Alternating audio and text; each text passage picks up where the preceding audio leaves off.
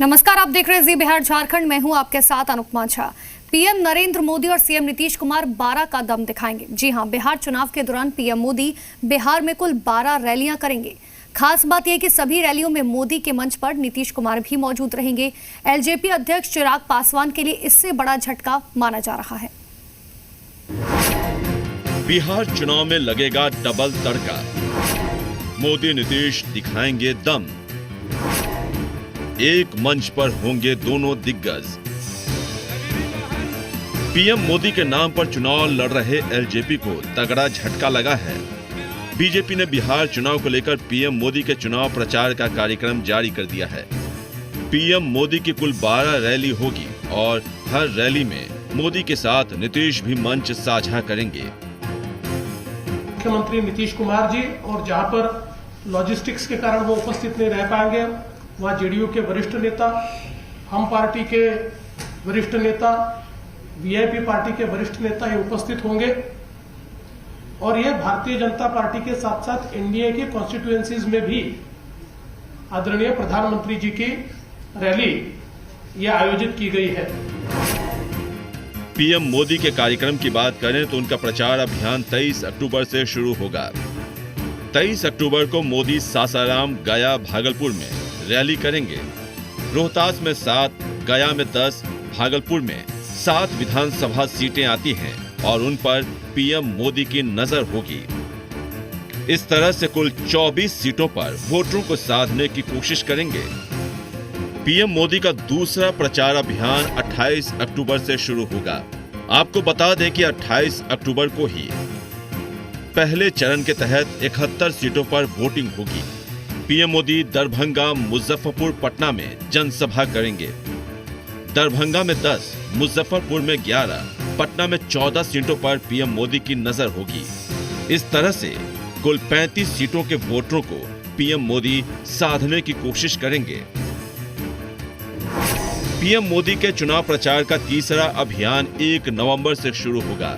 1 नवंबर को छपरा, पूर्वी चंपारण और समस्तीपुर में उनकी रैली होगी।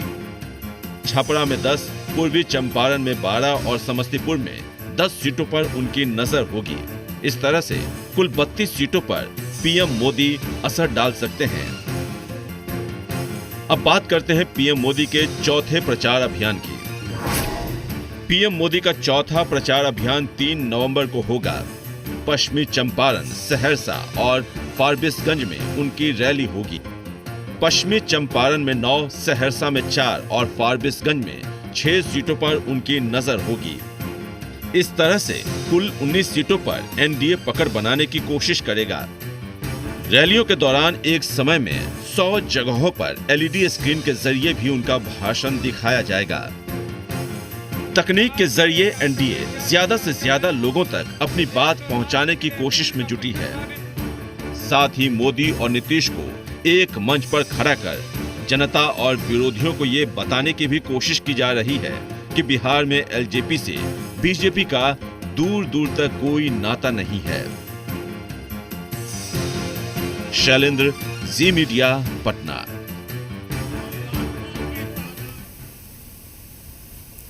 तो वोट के लिए नेता क्या नहीं करते, हर दरवाजे पर मत्था टेकते हैं। चुनाव प्रचार के लिए बिहार पहुंचे बीजेपी अध्यक्ष जेपी नड्डा हरि मंदिर साहिब पहुंचे, जहां पर पटना साहिब में नड्डा का स्वागत बीजेपी कार्यकर्ताओं ने किया, जिसके बाद गुरुद्वारे जाकर पटना साहिब में उन्होंने मत्था टेका। देश में अमन चैन के लिए दुआ मांगी।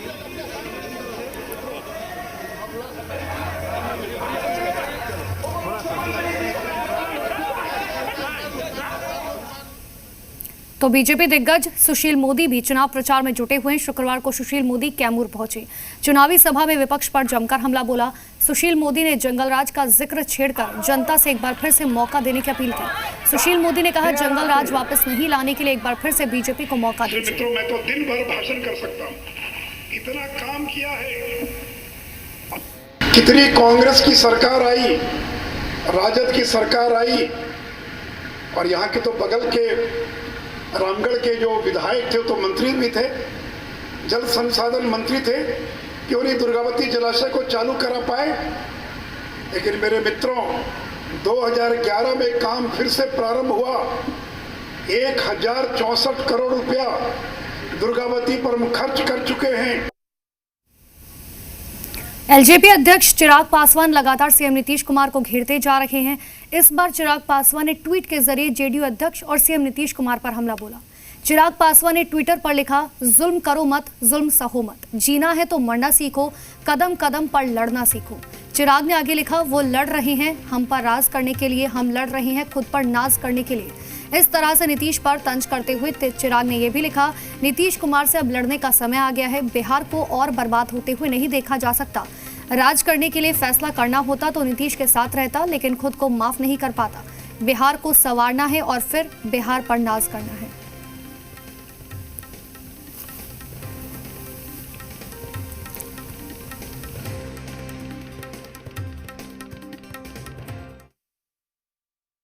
मेरे प्रदेश का मुख्यमंत्री इतनी जातिवादी बातें करेगा ये मैंने कभी सपने में भी नहीं सोचा था। और उसी दिन से मैं इस बात को लेकर मैं क्लियर हो गया था कि भैया इनकी सोच ही जातिवादी, और उसको ये बहुत अच्छा नाम देते हैं, कहते हैं सोशल इंजीनियरिंग की है इन्होंने। सोशल इंजीनियरिंग का मतलब सिर्फ जातीयता में बांटना होता है और अपना वोट बैंक बनाना होता है। जो कभी अंग्रेज करते थे, बांटो और शासन करो, वही नीति इन्होंने अपनाई। दलित को महादलित किया, पिछड़ा को अति पिछड़ा किया और सिर्फ जाति की राजनीति करते रहे।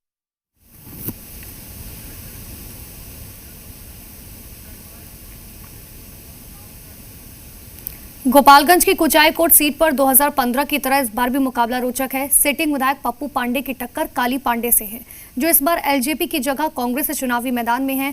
लेकिन पप्पू पांडे को अपने काम पर पूरा भरोसा है। उनका दावा है कि विरोधी कुछ हजार वोटों तक में सिमट जाएंगे। जनता उनके काम का सम्मान करेगी।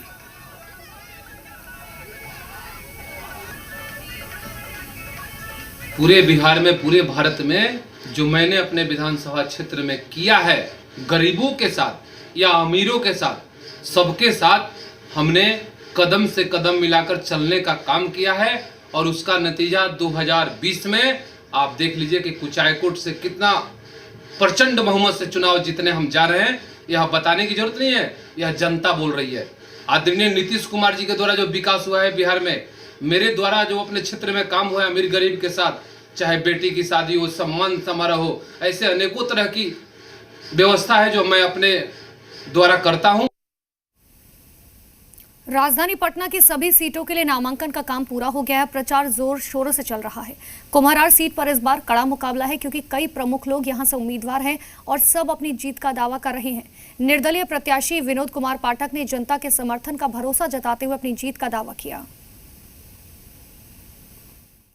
जब हम कुम्हरार विधानसभा के शाहगंज एरिया में हैं और बहुत अच्छा रिस्पॉन्स है, हमने नॉमिनेशन कर दिया। ये लोग इंतजार कर रहे थे, कह रहे थे कि आप उधर घूम रहे थे, हम लोग की तरफ नहीं आ रहे थे। तो शाहगंज, अजीमाबाद, शाहगंज, अजीमाबाद ये सब का दौरा कर रहे हैं और किए, और अच्छा रिस्पॉन्स है। ये लोग बोल रहे हैं कि हम लोग 15 साल से ठगाए हैं, हम लोग जिसको वोट देते थे वो जीता नहीं था और इन टाइम पर आता था। बिहार विधानसभा चुनाव के लिए कांग्रेस ने अपने प्रत्याशियों की लिस्ट जारी कर दी। इस बार कांग्रेस ने जाले विधानसभा सीट से मशकूर अहमद उस्मानी को टिकट दिया, जिसका पार्टी के अंदर के नेताओं से लेकर भारतीय जनता पार्टी तक विरोध कर रही है। तो वहीं कांग्रेस ने कहा कि बीजेपी को अपने गिरेबान में झांकना चाहिए, तब किसी का विरोध करना चाहिए।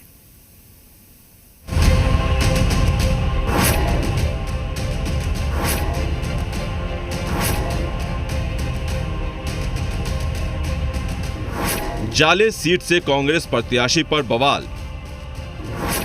एएमयू के पूर्व अध्यक्ष को बनाया प्रत्याशी। गिरिराज ने प्रत्याशी चयन पर उठाए सवाल। सीटों को लेकर कांग्रेस की परेशानी खत्म होने का नाम नहीं ले रही है। पहले नाम फाइनल नहीं हो पा रहा था, अब फाइनल हुए तो प्रत्याशियों को लेकर बवाल खड़ा हो गया। दरभंगा के जाले सीट से कांग्रेस ने अलीगढ़ मुस्लिम यूनिवर्सिटी के पूर्व अध्यक्ष मशकूर अहमद उस्मानी को कैंडिडेट बनाया है, जिसे लेकर पार्टी के अंदर ही सवाल उठ गया है।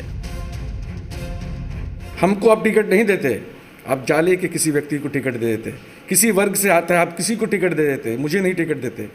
लेकिन आप गांधी की देश को, गांधी की धरती, गांधी को मानने वाली पार्टी कांग्रेस पार्टी आज जिन्ना को देगा टिकट, जिन्ना को मानने वाले को टिकट देगा। मैं उस कैंडिडेट जो जाले कैंडिडेट जो दिया गया है, मैं उसके बारे में कुछ नहीं जानता। उनके बारे में मुझे जानकारी नहीं है। 48 साल के जीवन में हर डिस्ट्रिक्ट का, हर प्रखंड के लोग को हम जानते हैं, लेकिन इसके बारे में मुझे जानकारी नहीं है। दरअसल बवाल इसीलिए हो रहा है कि अलीगढ़ मुस्लिम यूनिवर्सिटी का छात्र संघ अध्यक्ष रहते हुए मशकूर अहमद उस्मानी पर पाकिस्तान के फाउंडर मोहम्मद अली जिन्ना की तस्वीर कमरे के अंदर लगाने का आरोप लगा था। तब भी बड़ा सियासी बवाल मचा था और अभी बिहार में यह मुद्दा गर्मा गया। बीजेपी ने इसे हाथों हाथ लपक लिया है। अब महागठबंधन को बताना होगा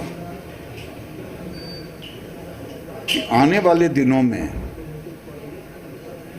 क्या जिन्ना के रास्ते पर चलने वाले लोगों को साथ देंगे